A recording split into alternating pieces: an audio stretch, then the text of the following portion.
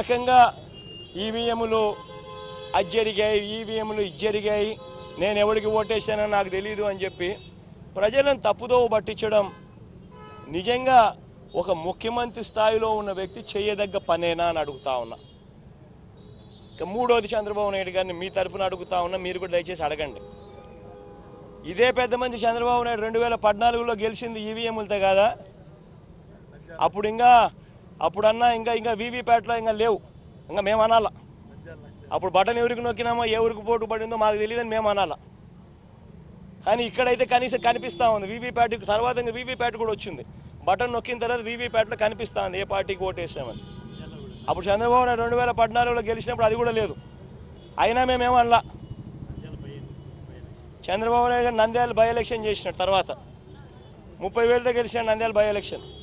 అప్పుడు ఇదే ఈవీఎంలు ఇదే వీవీప్యాట్, ఆయనకు అనుకూలంగా తీర్పు వస్తే ఏమలా అన్నీ బాగున్నాయి. వీవీప్యాట్లు బ్రహ్మాండంగా ఉన్నాయి, ఈవీఎంలు బ్రహ్మాండంగా ఉన్నాయి. మరి ఇదే ఈవీఎంలు జనరల్ ఎలక్షన్స్కు 3 నెలల ముందు రాజస్థాన్, ఛత్తీస్గఢ్, మధ్యప్రదేశ్ 3 రాష్ట్రాలలో కాంగ్రెస్ పార్టీ గెలిచింది, ఇంక్లూడింగ్ కర్ణాటకలో కూడా 4 రాష్ట్రాల్లో కాంగ్రెస్ పార్టీ గెలిచింది. బీజేపీ ఓడిపోయింది 4 ఎలక్షన్లు, ఎన్నికలకు జనరల్ ఎలక్షన్స్కు 3 నెలల ముందు. మళ్ళీ అప్పుడు ఇవే ఈవీఎంలే కదా. అప్పుడు ఎందుకు చంద్రబాబు నాయుడు మాట్లాడలేదు?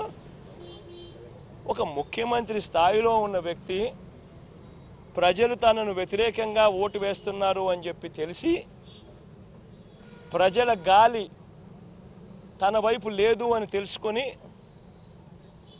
ఎంతటి దారుణంగా డెమోక్రసీని అవహేళన చేస్తూ ప్రజల తీర్పును అవహేళన చేస్తూ మాట్లాడుతూ ఉంటే ఈ మనిషి నిజంగా మనిషేనా అని అడుగుతా ఉన్నా.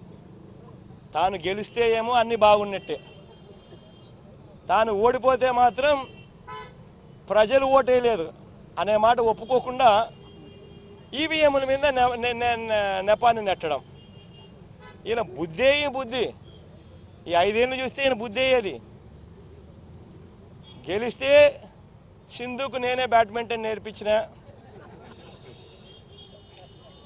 బిల్ గేట్స్ కంప్యూటర్ ఎలా నొక్కాలో నేనే నేర్పించిన, సెల్ ఫోన్ నేనే కనిపెట్టా.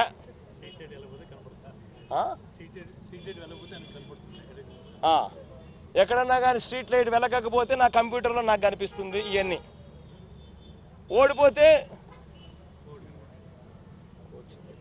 ఓడిపోతే సింధు కోచ్ తప్పు, నా computer correct, bill gates button నొక్కడం కరెక్ట్గా నొక్కల. ఇవన్నీ మాట్లాడతాడు. ఇదే జరుగుతూ ఉంది. ప్రజలు చంద్రబాబు నాయుడు గారు 5 సంవత్సరాల పరిపాలన చూశారు, ఆయన చేసిన మోసాలను చూశారు, ఆయన చేసిన అన్యాయాలను చూశారు, ఆయన చేసిన అధర్మ పరిపాలన చూసిన తర్వాత ప్రజలు ఈ 5 సంవత్సరాల చంద్రబాబు నాయుడు గారి పరిపాలనతో ప్రజలు విసిగెక్కిపోయి ఇక వద్దు బాబు చంద్రబాబు నాయుడు నీ పరిపాలన, బాయ్ బాబు అని చెప్పి ప్రజలు పూర్తిగా డిసైడ్ చేసుకొని చంద్రబాబు నాయుడుకు బాయ్ బాబు చెప్పినారు.